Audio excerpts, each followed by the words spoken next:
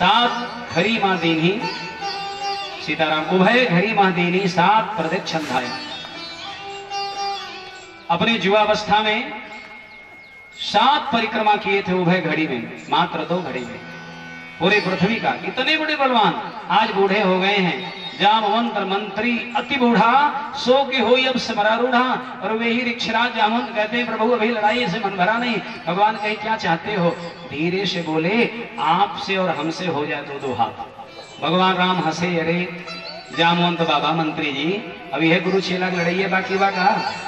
बोले प्रभु हाथ में खुजली मच रही है। भगवान ने कहा इंतजारी करिए, अगले युग में मैं फिर आने वाला हूं और जाकर के कहीं जंगल के गुफा में मेरी इंतजारी करिए।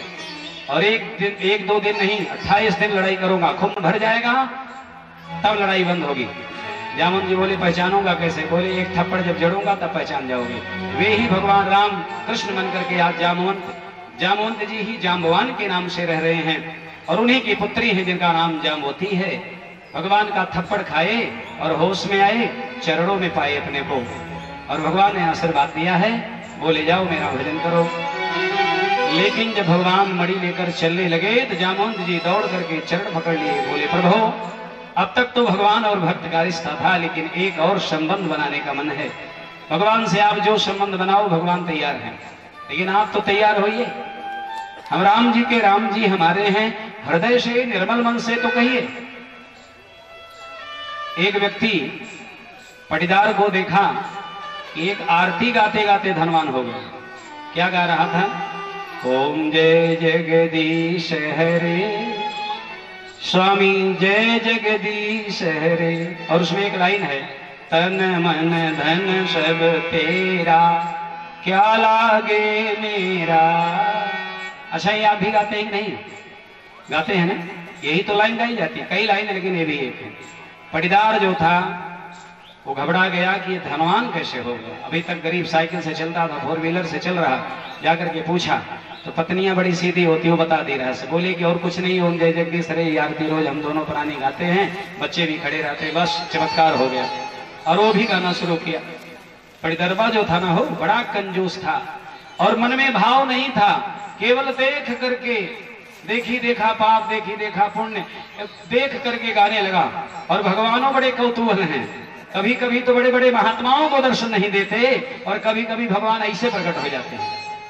नारद जी ने जब स्तुति की तो बिना विलंब किए भगवान प्रकट हो गए। विवाह के समय में नारद जी जब चाहे ज्ञापन रूप देव ब्रह्मोही प्रकटे प्रभु कौतुकी कृपाला, तुरंत प्रकट हो गए कौतुक करने के लिए।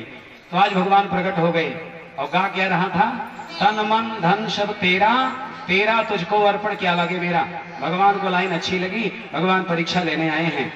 जो धनवान हो गया आरती गा करके वो तो भक्ति और मस्ती में गाता था, लेकिन ये बनावटी भक्त था, केवल ऐसे ऊपर मन से गाता था।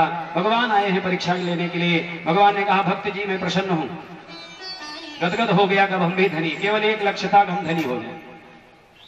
भगवान ने कहा कि अभी आपने जो गाया है श्रीमान जी, तन मन धन सब तेरा, तो आपका तन शरीर मन और धन सब मेरा, तो तन मुझे दे दीजिए।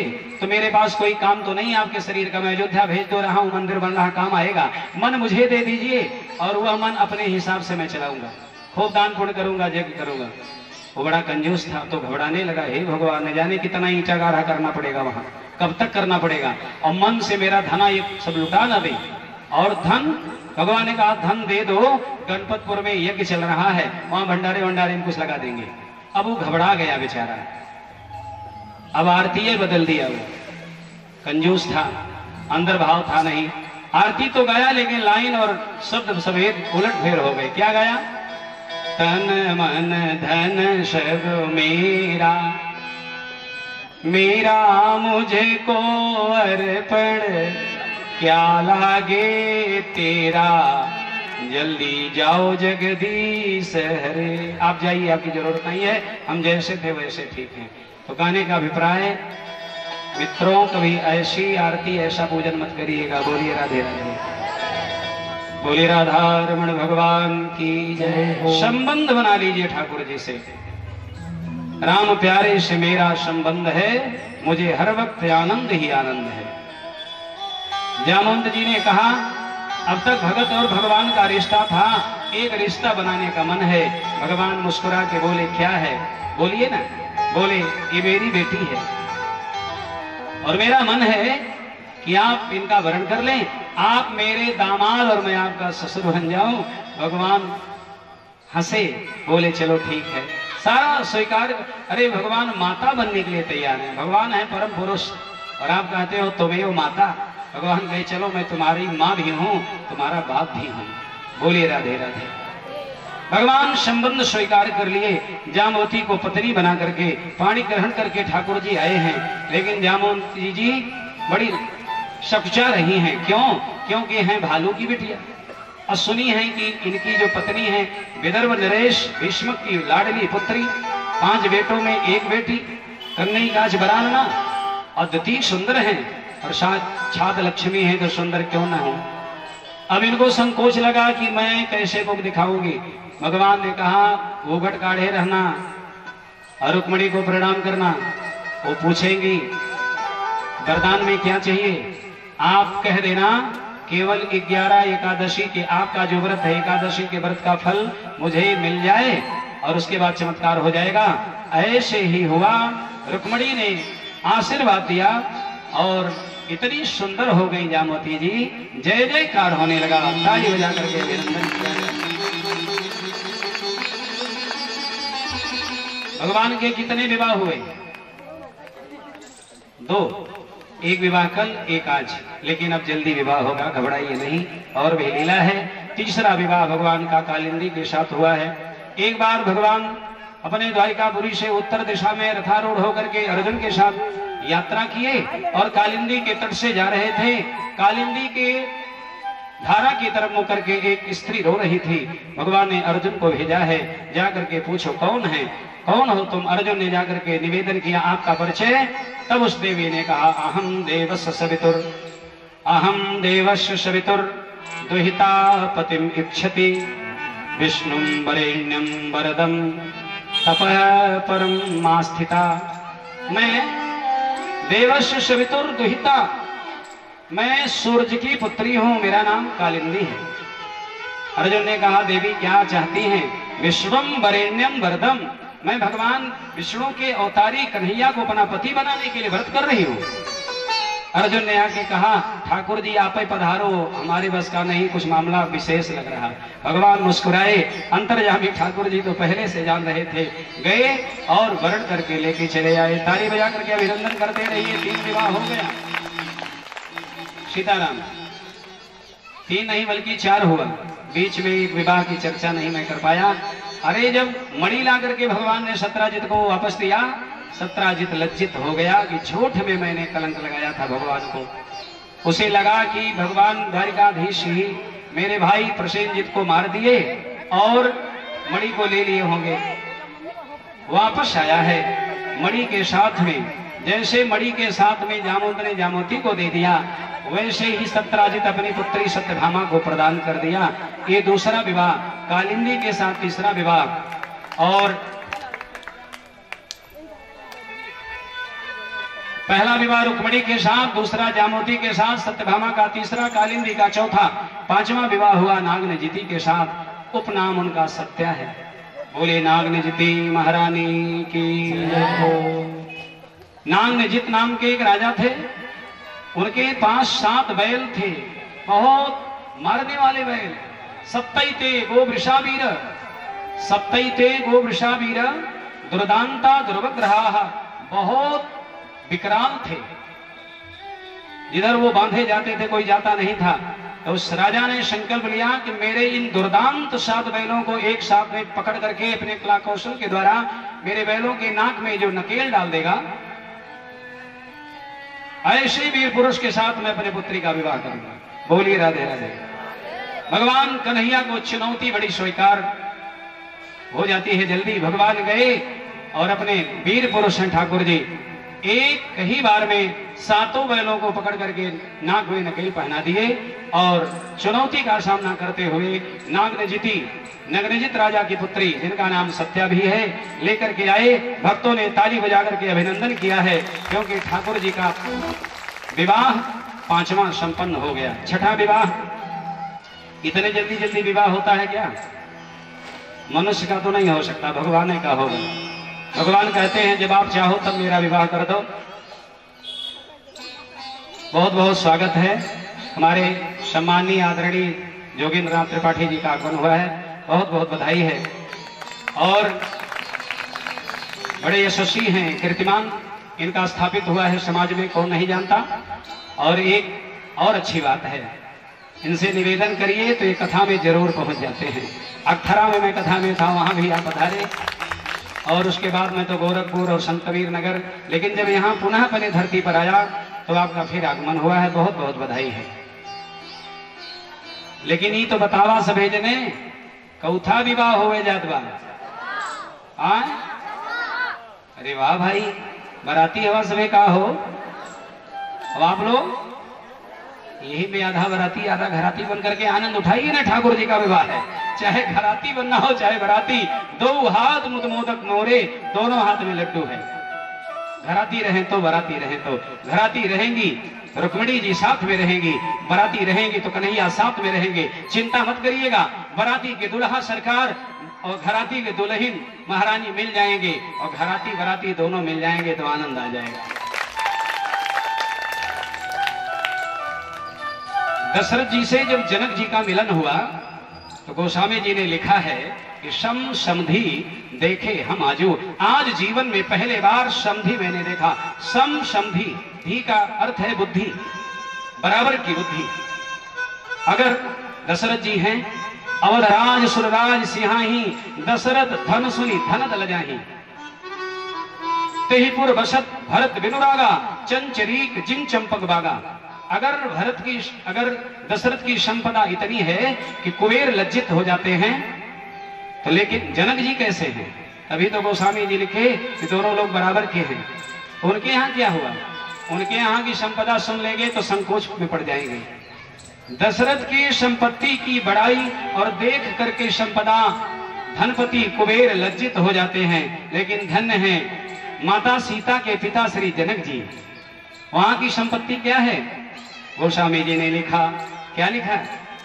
जो संपदा नीच गृह सोहा, मानस की चौपाई है, जोड़ लीजिएगा जनकपुर में। जो संपदा नीच गृह सोहा, सो बिलो किशोर नायक मोहा। जनक जी के यहाँ जो सबसे गरीब, नीच माने यहाँ किसी जाति की बात नहीं, नीच माने स्तर जिनका बहुत कम रहा, गरीब, उसके पास इतनी संपत्ति है कि देख करके सुरेंद्र सुरपति इंद्र लज्जित हो जाते थे। एक प्रमाण और लीजिए, जनक जी ने भगवती का, सीता जी की जब विदाई करने लगे तो विदाई में एक पहाड़ दिए थे, मणि का पहाड़। और जो लोग अयोध्या गए होंगे, सीता कुंड पर एक पहाड़ है, उसका नाम मणि पर्वत है। कलयुग के नाते वो पत्थर का हो गया, नहीं तो वो मणि का पहाड़ मिला था। बोलिए आनंद कंद भगवान की जय। ऐसी संपदा है तो सम समधि देखे हम आजू। बोलिए आनंद कंद भगवान की जय। छठा विवाह हुआ है मित्र वृंदा के साथ में। बिंद अनुबिंद की बहन है, कथा सुनते रहिए।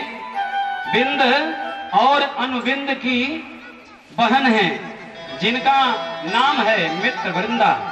और भगवान वहां जाकर के पाणी ग्रहण करके, मित्र वृंदा माने होता है, देखिए एक शब्द है मित्र वृंद, पुल्लिंग शब्द है।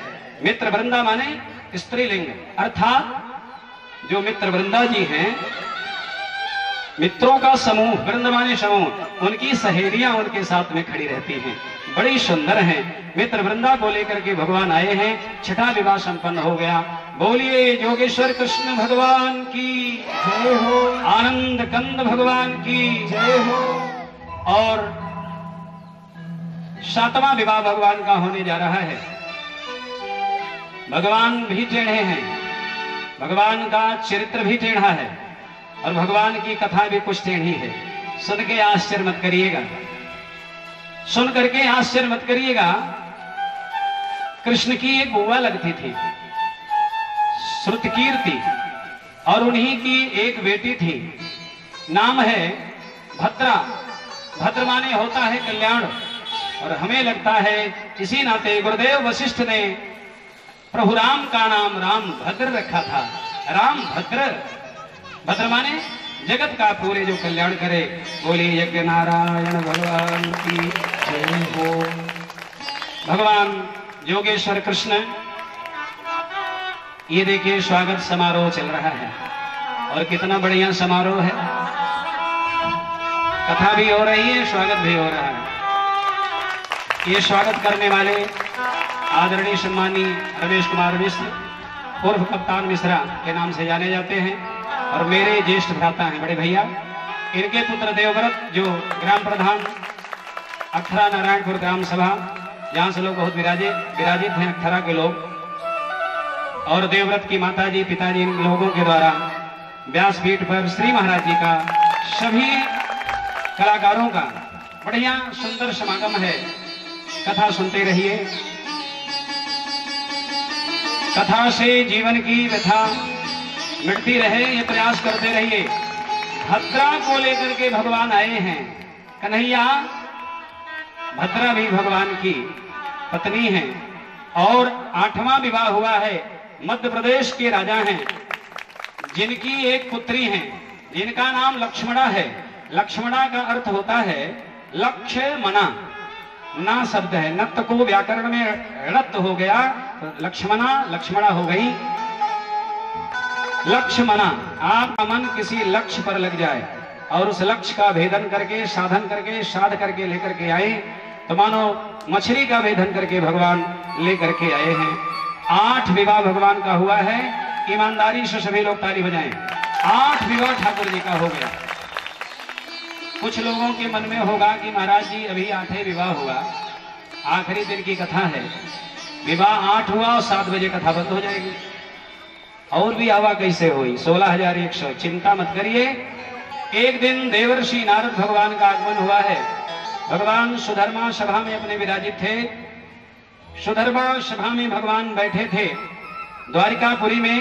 देवर्षि नारद ने कहा, प्रभु आप यहाँ बैठे हैं, एक भौमासुर नाम का दैत्य है, राक्षस, राक्षसी विद्या में प्रवीण है और वह अनेकानेक राजाओं के राजकन्याओं को चुरा करके ला करके जेल में बंद कर दिया है।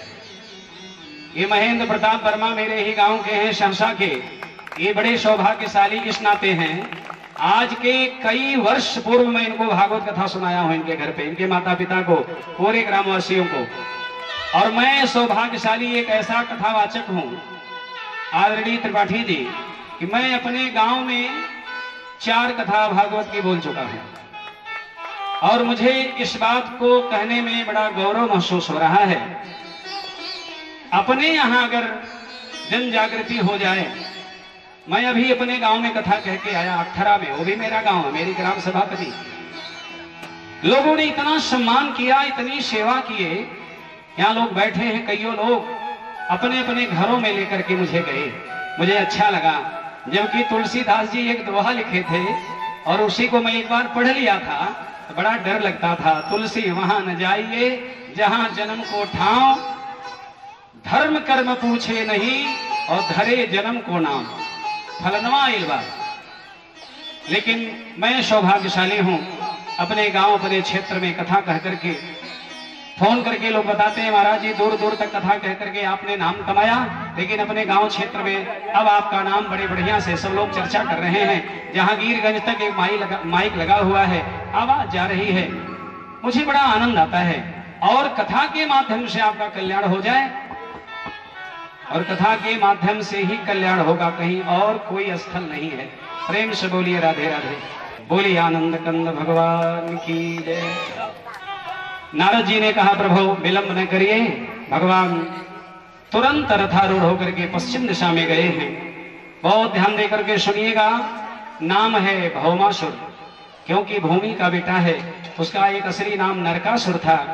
नरक जैसा कृत्य करता था। प्यारे, भूमि का बेटा होने के नाते भौमासुर भी है। बोले यज्ञ पुरुष भगवान की जय। आप सभी श्रीजन आए, लेकिन आप लोग कथा भी सुनते रहिए। बोलिए द्वारिकाधीश नाथ की जय, रुक्मिणी नाथ भगवान की जय। तबले की आवाज बिल्कुल गायब है राहुल जी, खड़े हो। भगवान नारद जी के द्वारा सूचना पाकर के प्राग ज्योतिषपुर नगरी की तरफ बढ़ते हैं।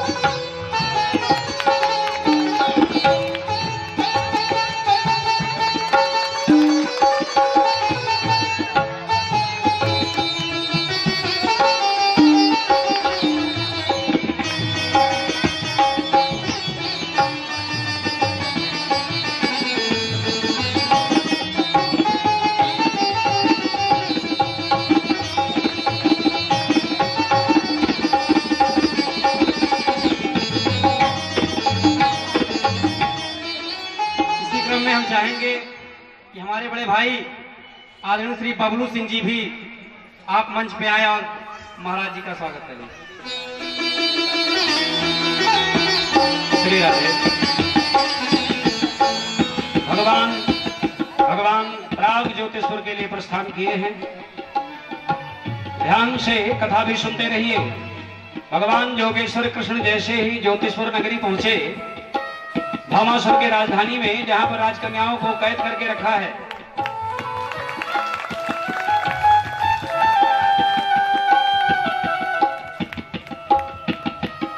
भगवान नगर में प्रवेश करने लगे। महाराज जी को माल्यार्पण हो रहा है। पूज्य श्री महाराज जी को ताली बजा करके अभिनंदन करें। सभी लोग ताली बजा करके महाराज श्री का स्वागत करें।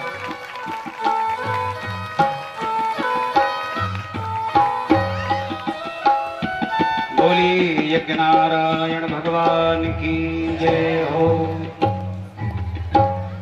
भौमासुर के राजधानी के मुख्य द्वार पर एक मुरु नाम का दैत्य खड़ा था। बहुत ध्यान लगा करके सुनिए। उसकी विशेषता थी, उसके शरीर से विद्युत प्रवाहित होती थी, बिजली निकलती थी। कोई छू दे तो करंट लग जाए, वो मर जाए महाराज। लेकिन धन्य है मेरे गोविंद, भगवान जैसे गए, मुरु ने भगवान को रोकने का प्रयास किया। भगवान ने अपने सुदर्शन से उसका काम तमाम कर दिया। ताली बजा करके ठाकुर जी का अभिनंदन करिए। मुरु नाम का दैत्य मर भी गया और उसका कल्याण भी हो गया, क्योंकि भगवान ने मारा है।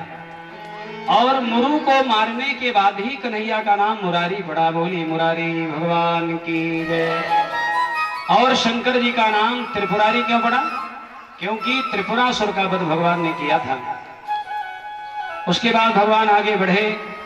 भौमासुर बड़ा बलवान था। 1000 सैनिकों के साथ में भगवान के ऊपर आक्रमण कर दिया। और ये जो भौमासुर है ना, बड़ा मूर्ख राजा है। उसे पता ही नहीं है कि मैं किससे युद्ध कर रहा हूं और मुझे क्या करना। मूर्ख इस नाते भी है। कुछ चर्चा बाद में सुनने में आई कि वो 21,000 कन्याओं को जब इकट्ठा कर लेता, तब विवाह करके विदाई करके पुण्य का भागी बनता। ये भी कोई पुण्य है? जिनके घर की, जिन माँ बाप की बेटी उसके जेल में है, क्या गति हुई होगी? और उन राजकन्याओं की क्या गति होगी? ये मूर्खों के समझ में किसी विद्वान की बात नहीं आती है। मूर्ख हृदय ने चेत जो गुर मिले बिरंच सम। मानस पढ़ने वालों, उत्तरकांड खोल करके देखिएगा, कितना ज्ञान भरा है। और उत्तरकांड का नाम ही ज्ञान कांड है। मूर्ख हृदय ने चेत जो गुरु मिले बिरंचिशम। ब्रह्मा ही गुरु बन करके समझाएं। कैसे? जैसे फूलई फड़ई न बेत, जदब सुधा वर्षै जलद। अमृत की बारिश कर दे मेघ, फिर भी बेत कभी फरता फूलता क्या? मूर्ख की एक विशेषता है, मूर्ख और शंख ये दोनों दूसरे के फूंकने पर बचते हैं। यहाँ बड़े ज्ञानी लोग बैठे हैं, त्रिपाठी जी जैसे लोग। मूर्ख और शंख अपने से नहीं कुछ कर पाएंगे, आवाज निकालेंगे, दूसरे लोग कान भरेंगे तो मूर्ख गलत काम कर देगा। दो मूर्ख आपस में लड़ रहे थे, दो मूर्ख आपस में लड़ रहे थे। शाम की वेला थी, सूर्यास्त होने वाला था। एक ने कहा दूसरे से, देखो सूर्य भगवान डूबने वाले हैं। तो दूसरे ने कहा, तू मूर्ख है, वो सूर्य नहीं चंद्रमा है। तब वो लड़ गया, बोले नहीं तू मूर्ख है, ये सूर्य है, चंद्रमा रात्रि में। कहा नहीं तू मूर्ख है। अब दोनों लड़ गए। जब मूर्ख थे तब वो चंद्रमा है कि सूर्य, कोई विद्वान बताएगा। दोनों इतने लड़े कि संजोग से एक महात्मा जी आ रहे थे उधर से, दोनों ने पकड़ लिया। अच्छा, जो बुद्धिमान लोग होते हैं मूर्खों के चक्कर में नहीं पड़ते, वो विवेक लगा करके निकल जाते। मूर्ख है, लड़ो नहीं तो हम भी मूर्ख हो जाएंगे। दोनों ने पकड़ लिया, बाबा आप निर्णय करो। बाबा ने कहा समस्या क्या है? दोनों ने कहा, एक ने कहा मैं कहता हूं सूर्य और ये कहता चंद्रमा। महात्मा जी समझ गए दोनों मूर्ख हैं। अरे जब वो सूर्य को चंद्रमा बता रहा था तू ही चुप हो जा भाई, विवाद खत्म। महात्मा जी समझ गए लड़ रहे हैं तो दोनों मूर्ख हैं। महात्मा जी ने क्या कहा? महात्मा जी कहे भैया हम यहाँ के नहीं हैं, हम अयोध्या से आए हैं, हमको पता नहीं कि सूर्य है चंद्रमा। अरे अयोध्या से आए चाहे जहां से कोई आवे, सूर्य चंद्रमा सब, लेकिन इसी तरह से बच करके मूर्खों के वेश से निकल जाना चाहिए। बोलिए आनंद कंद भगवान की जय। मूर्ख मुरु को मार करके भौमासुर को भगवान ने मार दिया, और मार करके जब 16,100 राजकन्याओं को लेकर चलने लगे तो भौमासुर की माता है भूमि पृथ्वी देवी आकर के प्रणाम करने लगी। नमस्ते देव देवेश, हाथ जोड़ करके प्रणाम की। प्रभु मेरे पुत्र ने बड़ा अपराध किया है और आपका भी अपमान किया, आपने ठीक ही किया है गोविंद। नमस्ते देव देवेश, शंख चक्र गदाधर, भक्तेक्षोपात्तरूपाय परमात्मन नमोस्तुते। हे परम परमात्मा प्रभु, आपको बार बार मेरा प्रणाम है। भगवान ने आशीर्वाद दिया है श्रीधरा देवी को, और भौमासुर का एक बेटा था भगदत्त, वो आया अपने दादी के साथ, भूमि के साथ। भूमि ने कहा प्रभु इस पर कृपा करिए, पूरे संपत्ति का राजा भगदत्त को बना करके भगवान आए हैं। भगवान का दर्शन करके नाना प्रकार के मानसिक व्यथा, शारीरिक व्यथा, आर्थिक व्यथा को लोग मिटाते रहते हैं। भगवान भी कभी कभी कौतूहल करने का मन कर लेते हैं। एक बार रुक्मिणी जी के साथ में विराजित थे। रुक्मिणी जी परम सुंदर हैं, अद्वितीय सुंदर हैं। क्यों? क्योंकि वे साक्षात लक्ष्मी हैं। भगवान के मन में कौतुक करने को सूझा। भगवान को लगा कि जरा रुक्मिणी को नाराज करके देखूं, ये क्रोध करें तब देखूं कैसी लगती है। ये कौन बोल रहे हैं? ये नटखट कन्हैया ने मन बनाया। बोलिए राधे राधे। भगवान भी ऐसी ऐसी लीला करते हैं। भगवान ने कहा रुक्मिणी एक बात बताओ।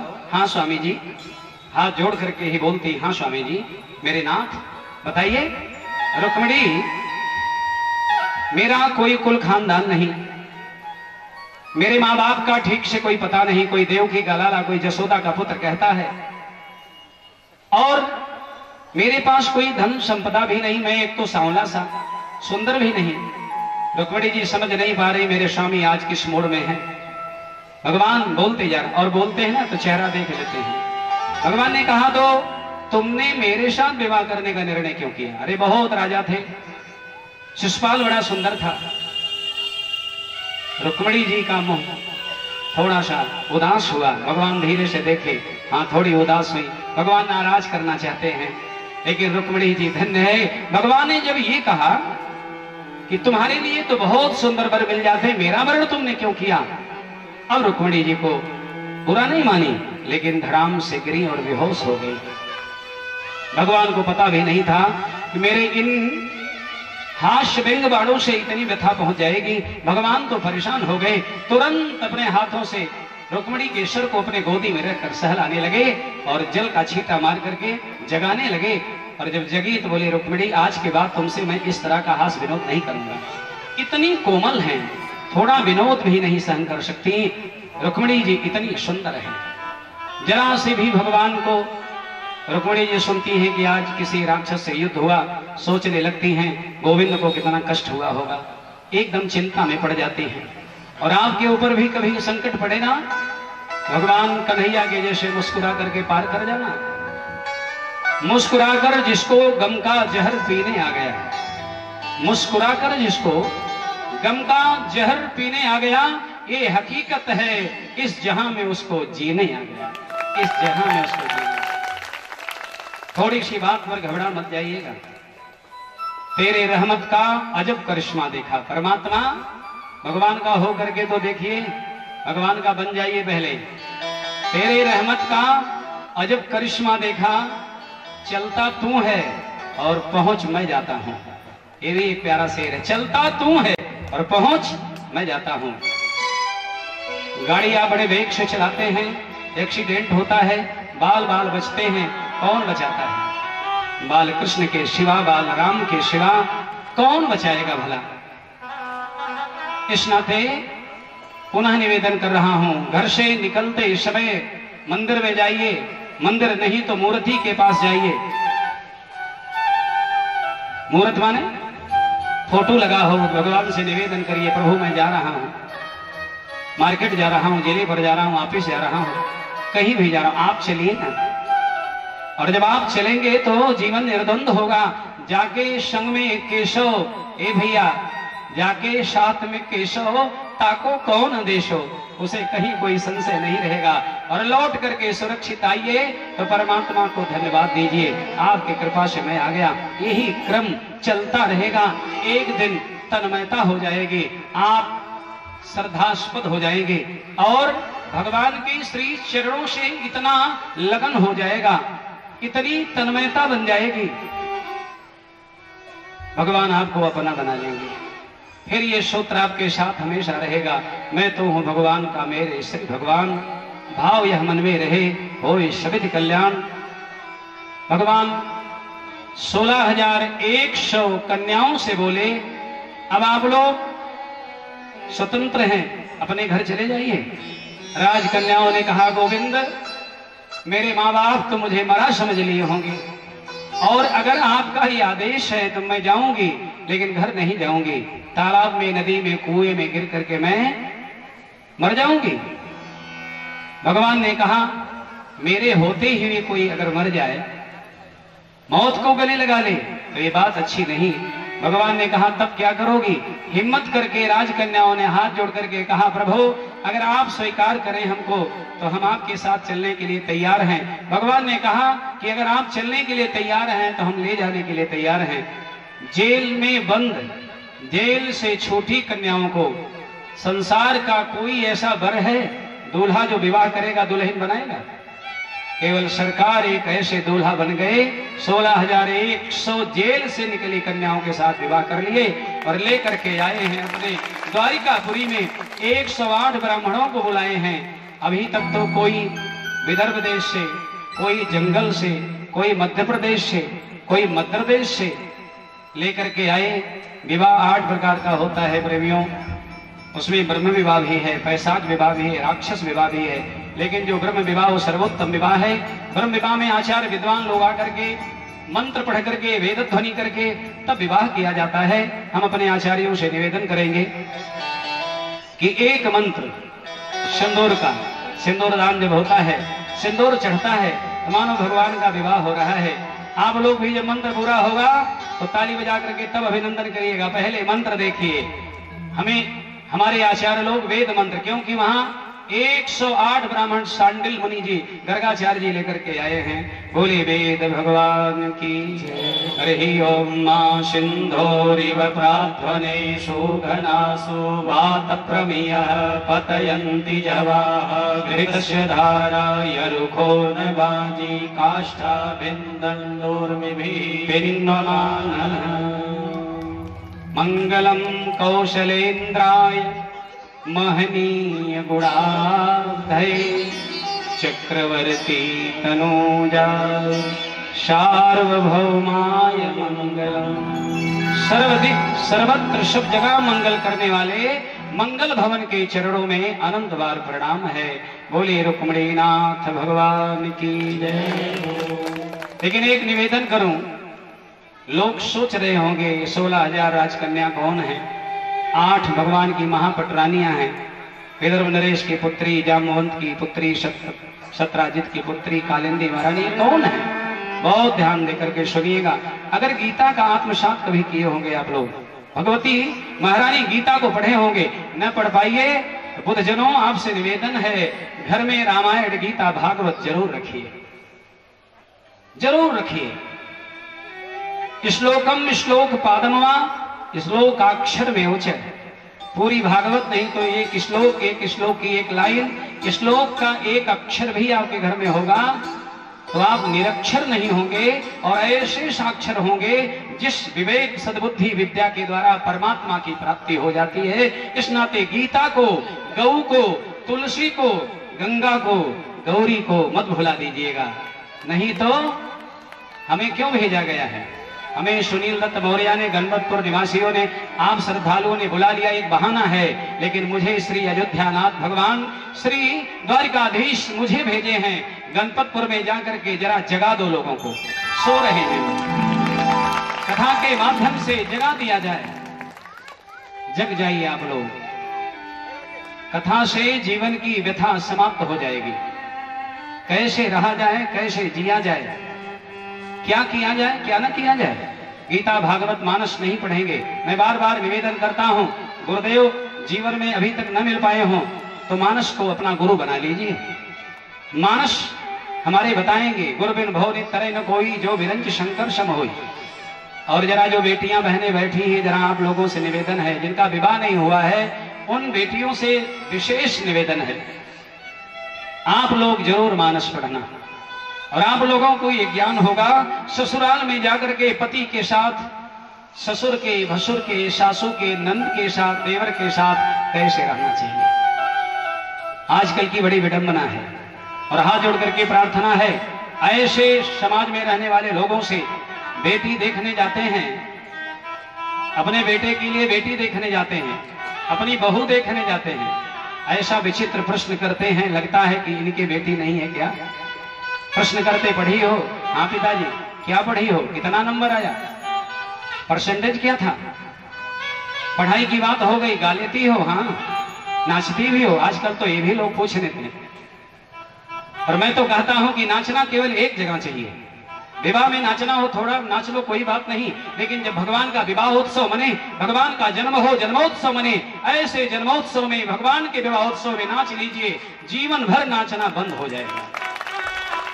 अनावश्यक इधर उधर कार्य सिद्धि के लिए, संकल्प पूर्ति के लिए न जाने कहां कहां लोग नौकरी के लिए, व्यापार बिजनेस के लिए नाचते फिरते हैं।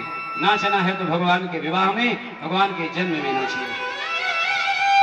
संसार के विवाह में नाचेंगे ना, लोग व्यंग कसेंगे। बेटियों, आप लोग मानस पढ़ोगी, गीता पढ़ोगी ना, ये पत्रिका और इंडिया टुडे और न जाने क्या क्या लोग उठपटांग पढ़ते हैं। कृपया निवेदन है, मानस पढ़िए, गीता पढ़िए, भागवत सुनिए। एक लड़की थी, शादी होनी थी, ससुर आया देखने, बेटी पढ़ी हो? हाँ। क्या की हो? MA की हूं। आगे क्या? BEd कर रही हूं। अच्छा अच्छा, थोड़ा भरोसा हुआ, बहू मेरी हो सकता है टीचर हो जाए, ये स्वार्थ उनका। अच्छा, नाचती हो? बोले हाँ। वो लड़कियां इतना पढ़ी लिखी थी कि उसको समाज का ज्ञान था और उसका विवाह कहीं टल चुका था, इसी नाते नाचती हो, गाती हो, और क्या जानती हो, भूगोल कितना जानती हो, इतिहास कितना पता है। दुखी हो गई थी जब ससुर ने कहा कि नाचती हो, उसने कहा मैं नाचती हूं, तब विवाह कर लूंगा। लेकिन उसने कहा पिताजी एक निवेदन है, होने वाले ससुर से, संभावित ससुर से निवेदन किया, बुरा लगेगा तो क्षमा करिएगा। उसने कहा आप बजाते हैं कि नहीं? आप कोई बाजा ढोल तबला बजा लेते हैं? बोला मैं बजाता नहीं। तो आपका बेटा जिससे मेरा विवाह होना बजाते? बोले नहीं। तो मैं नाचूंगी कैसे जब आप लोग बजाते नहीं? आप बजाएंगे नहीं तो मैं नाचूंगी कैसे? मैं आपके घर नहीं आऊंगी। जाइए पहले आप पांडे जी से पहले तबला बजाना और ढोल बजाना सीखिए। जब बजाना नहीं आता है तो नाचने की बात क्यों करते हो? संगीत के 3 अंग हैं, नाचना, गाना और बजाना। संगीत के 3 स्वरूप हैं, बजे बढ़िया गाए बढ़िया तो नाचने का मन करता है। ऐसा जवाब दिया। एक ने तो ऐसा कह दिया, हे भगवान, पूछ लिया कि अरे कुछ रामायण भागवत महाभारत कुछ पढ़ी हो? अब उनके मुख से निकल गया पूछने वाले के रामायण भागवत महाभारत। तब वो लड़की वैसे थी जैसे वो पूछने वाले थे। उसने कहा रामायण पढ़ी हूँ, भागवत पढ़ी हूँ, महाभारत पढ़ी हूँ। बोले कुछ सुनाओ। उसने कहा रामायण तो यही सुना दे रही हूँ, लेकिन महाभारत आपके घर आके करके दिखा दूंगी। घबराइए मत। बड़े कष्ट की बात है, लोग ऊटपटांग प्रश्न करते हैं। कदाप ऐसे लोगों से सावधान रहा जाए। बोली आनंद कंद भगवान की जय हो। जिंदगी बड़ी अनमोल है, बड़े मुश्किल से मिली है। मैं निवेदन कर रहा था प्यारे, ये जो गीता का मैंने नाम क्यों लिया? गीता में एक श्लोक है, प्रकृति का वर्णन है, और पढ़े होंगे तो याद हो जाएगा। भूमिरापो नलो वायु खम बुद्धिरेव च। भूमिरापो नलो, 8 प्रकार की प्रकृतियां हैं। भूमि, आपो जल, भूमिरापो नलो वायु, खम माने आकाश, बुद्धिरेव च अहंकार इति में इतियम में भिन्ना प्रकृति अष्टधा। भूमि जल अग्नि वायु आकाश मन बुद्धि अहंकार, ये 8 प्रकृतियां हैं। तो इनका नाम मैंने क्यों लिया? ये 8 प्रकार की प्रकृतियां ही, यद्यपि सुन लीजिए पहले, 8 प्रकार की प्रकृतियां ही भगवान की महापटरानियां बनी हैं। ताली बजा करके स्वागत कीजिए भगवान का। 8 प्रकार की। अच्छा, जिनको जाना बहुत जरूरी हो, कुछ लोग हाथ जोड़ रहे हैं, भी रुका रहा, बैठे रहा। आज तो हमारे चक्कर में आप फोन, मैं जान रहा हूं, जिम्मेदारी है आपको, मुझे सब मालूम है, लेकिन आदरणीय तिवारी जी, यो तिवारी जी हैं, इनको रोके रहिएगा। अभी भजन शुरू होने वाला है और भजन में चले जाइएगा। अच्छा, जब जाना हो तो उसका एक तरीका है, कब जाया जाए, कब माल्यार्पण किया जाए, कब दान किया जाए। ऐसे थोड़ी उड़ के चला जाए। भजन होगा तो लोग गाने मस्ती में रहे, कोई जान ही नहीं पाएगा, मुंह नहीं जान पाएगा, विपिन तिवारी चले गए। ऐसे जाइएगा। भूमिरापो नलो, सुनिए ध्यान से प्यारे। ये भूमि जल अग्नि वायु आकाश मन बुद्धि अहंकार, 8 प्रकार की प्रकृतियां ही रुक्मिणी कालिंदी मित्रविंदा आदि महापटरानी बन गई। और 16,100 क्या है, पूरा समझ लीजिए। 100 प्रकार के उपनिषद हैं हमारे विधान में, 100 प्रकार के उपनिषद हमारे शास्त्र में। 100 प्रकार के समस्त उपनिषद भगवान की पत्नी बनना स्वीकार कर लिए, सब पत्नी बन के आ गए। बोलिए राधे राधे। कितना बचे? 8 प्रकृतियां महापटरानी, 100 उपनिषद पत्नियां, बचे 16,000। वेद में 1 लाख मंत्र है, वेद में 1 लाख मंत्र है, 16,000 ज्ञान कांड है। सीताराम, 16,000 कर्म कांड है, 4,000 ज्ञान कांड है। कितना हुआ? 16 और 4 20,000। और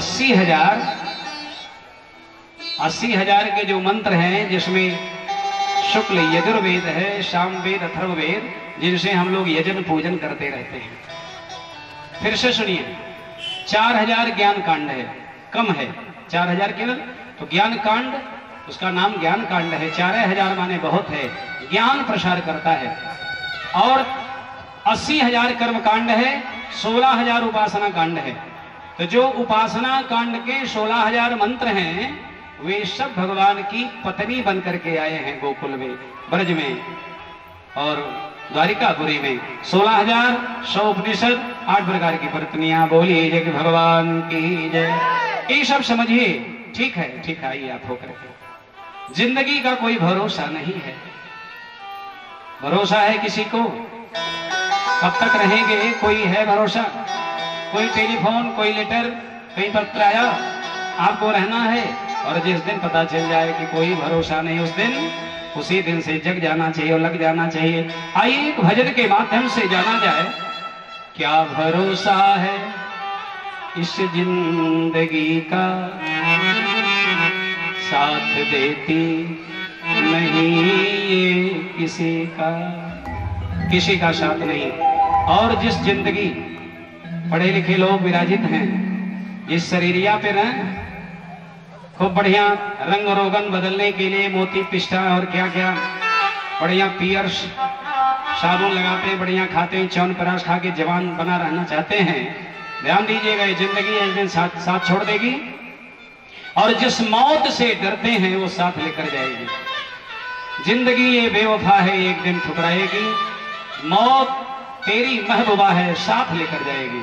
मौत से मत डरिए, और भजन के माध्यम से आइए जान लिया जाए, कोई भरोसा नहीं है। बोलिए आनंद कंद भगवान की जय। क्या भरोसा है इस जिंदगी का, क्या भरोसा है इस जिंदगी का, साथ देती नहीं है किसी का। क्या भरोसा है इस जिंदगी का, साथ देती नहीं है किसी का। क्या भरोसा है इस जिंदगी का, साथ देती नहीं है किसी का।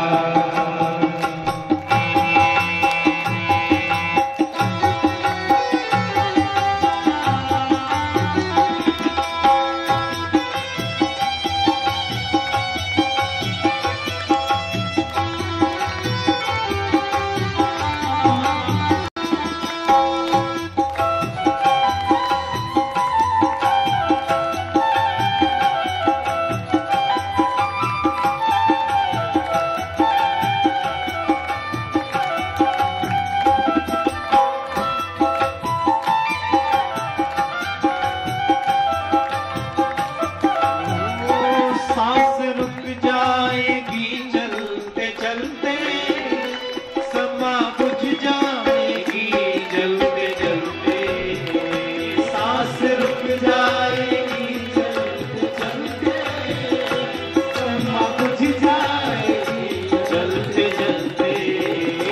सांस रुक जाएगी चलते चलते, समा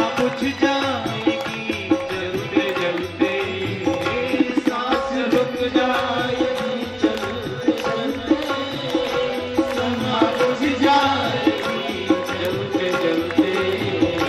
दम निकल जाएगा रोशनी का, दम निकल जाएगा रोशनी का। क्या भरोसा है इस जिंदगी का, क्या भरोसा है इस जिंदगी का, साथ देती नहीं है किसी का।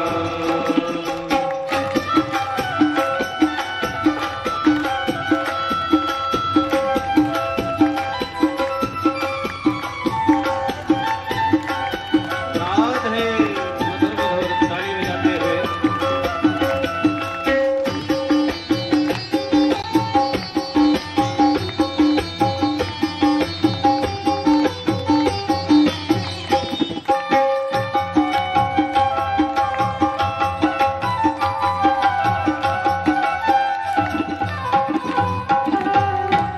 दुनिया की है हकीकत पुरानी, आनी जानी है इसकी रवानी।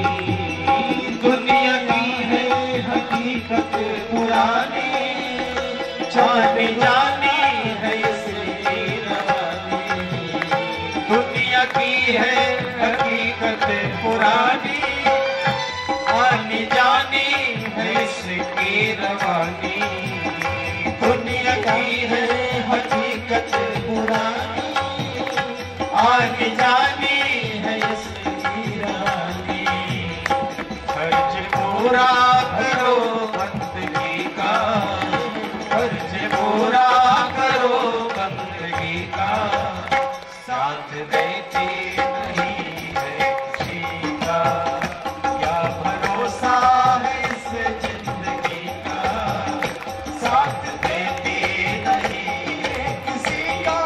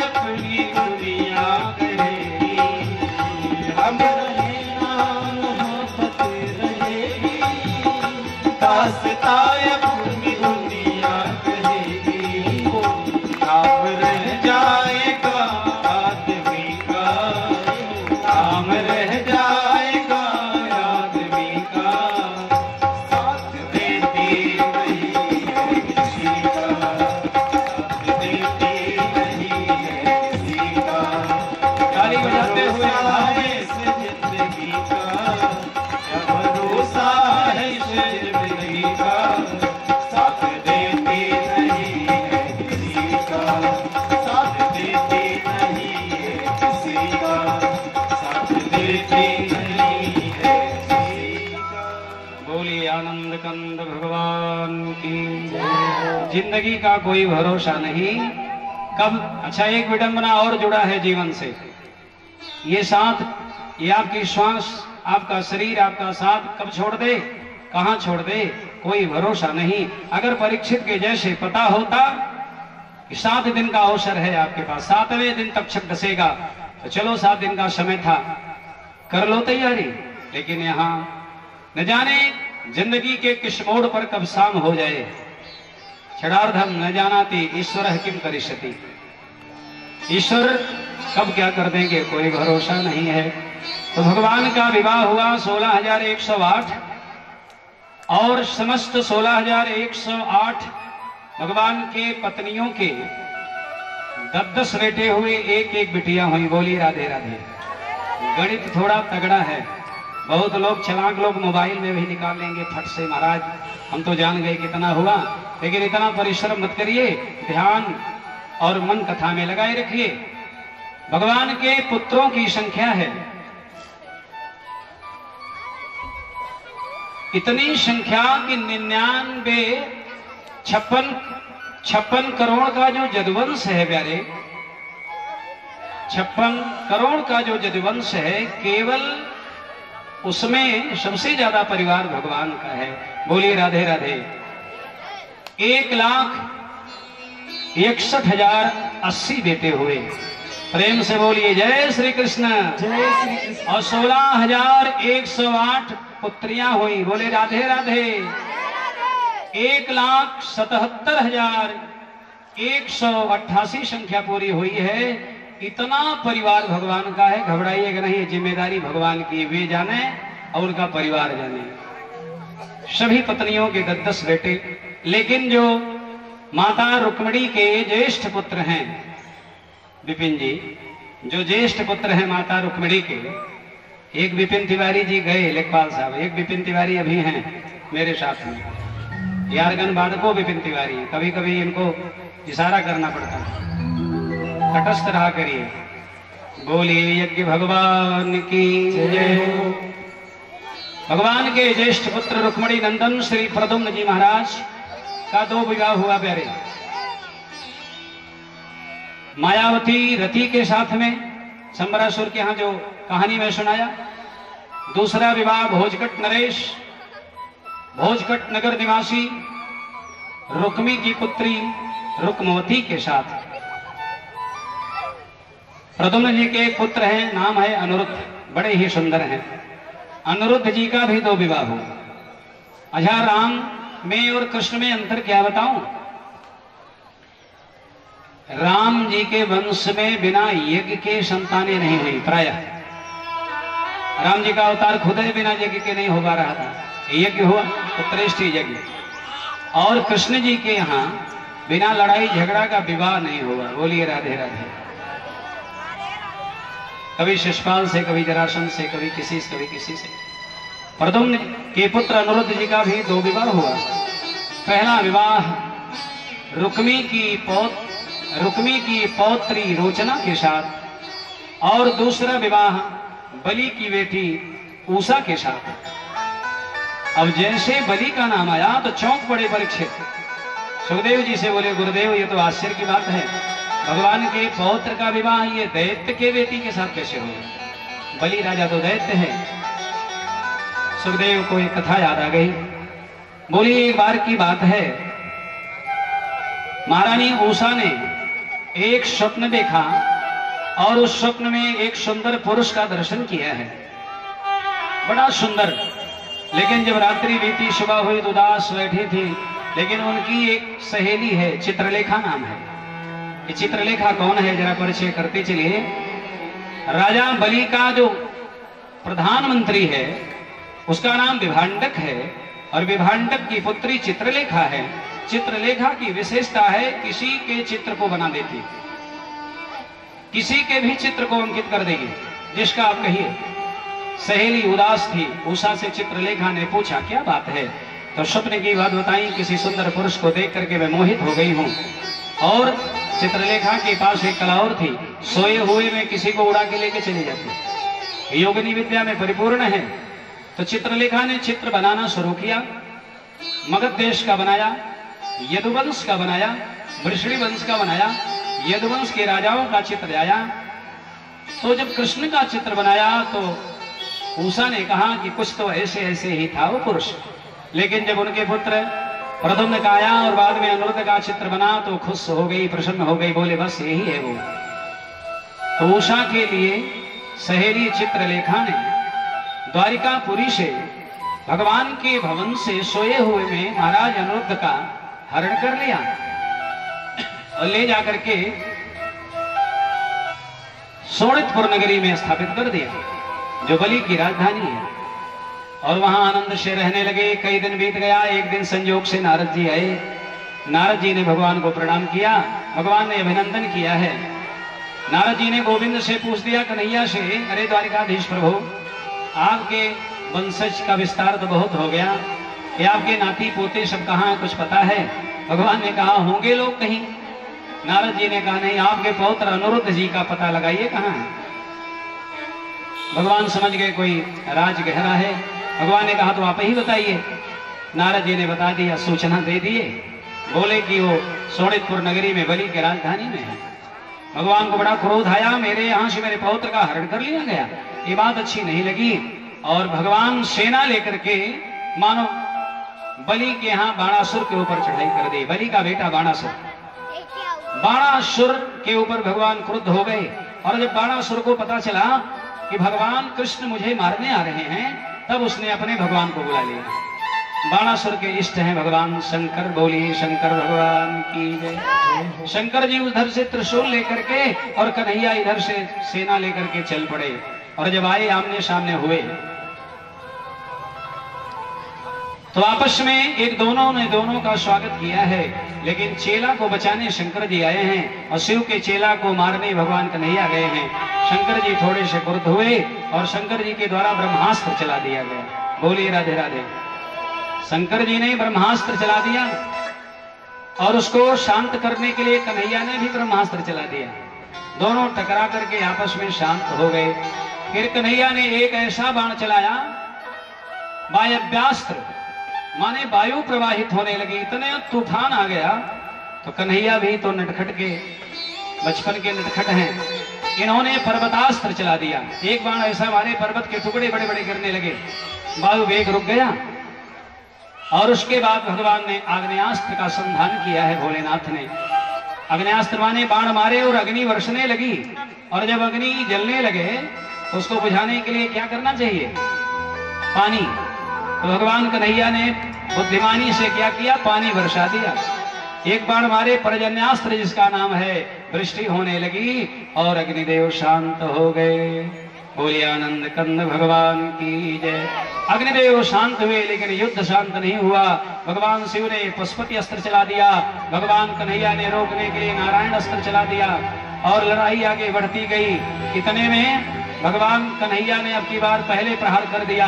एक बाण धनुष पर चढ़ाए और उसको छोड़ दिए। उसका नाम है जृंभणास्त्र। जृंभणास्त्र माने जम्हाई आने लगे, कुछ लोगों को आने लगी। जमाई माने मोहबाई, जृंभणास्त्र माने मुंह खुल जाए। अच्छा, अभी जम्हाई आने लगे बार बार, तो आप लड़ाई कर पाएंगे?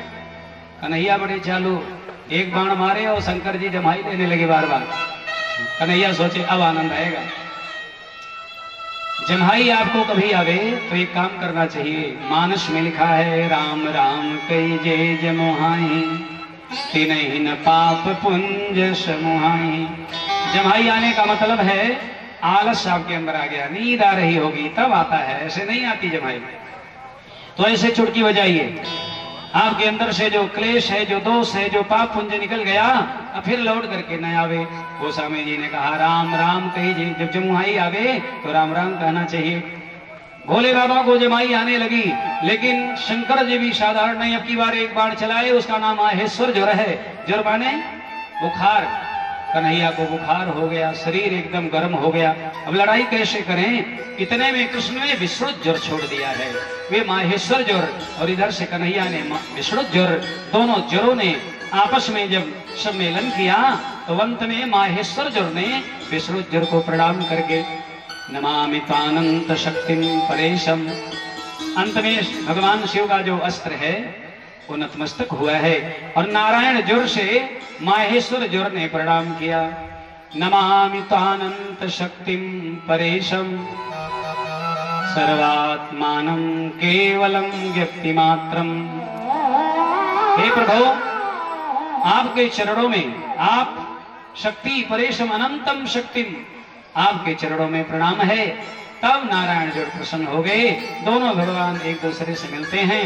शंकर जी ने कहा कृष्ण से, अरे प्रभु द्वारिकाधीश, ये मेरा चेला है।